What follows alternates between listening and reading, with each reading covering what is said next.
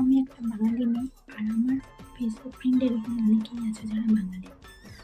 তো আমরা শুধু বাঙালি। আর প্রপার বাঙালি কাকে বলে জানো?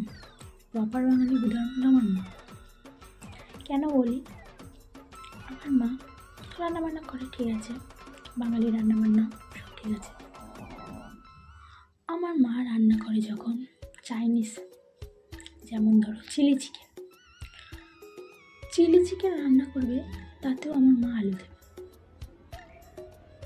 মানে আলুটা তাতেও দেবে। আমি মাকে বলি, মা ওটা চাইনিজ খাবার, ওখানে আলু দেয় না।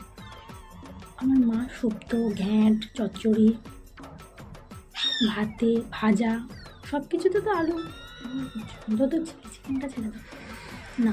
আমার মা চিলি চিকেনেও আলু দেবে, বলছি এটাতে আলু দিতে নেই, এটাতে আলু দিয়ে রান্না করে। আমার মা বলবে, তুই জানিস বেশি, তুই আমার থেকে বেশি রান্না জানিস। আলু দিলে খেতে টেস্টি হয়, আলু দিলে গ্রেভি হয়।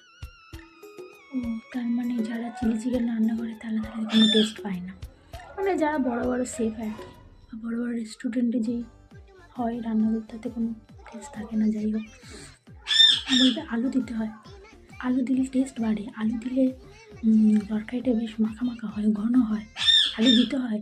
তুই কিছু জানিস? তো ভালো। মা বলবে আলু দিলে বেশি জন লোক খেতে পারে। আচ্ছা, আমরা ঘরে 4 জনই লোক, ঠিক আছে, তুমি আলু দিয়ে এত কাকে খাওয়াবে?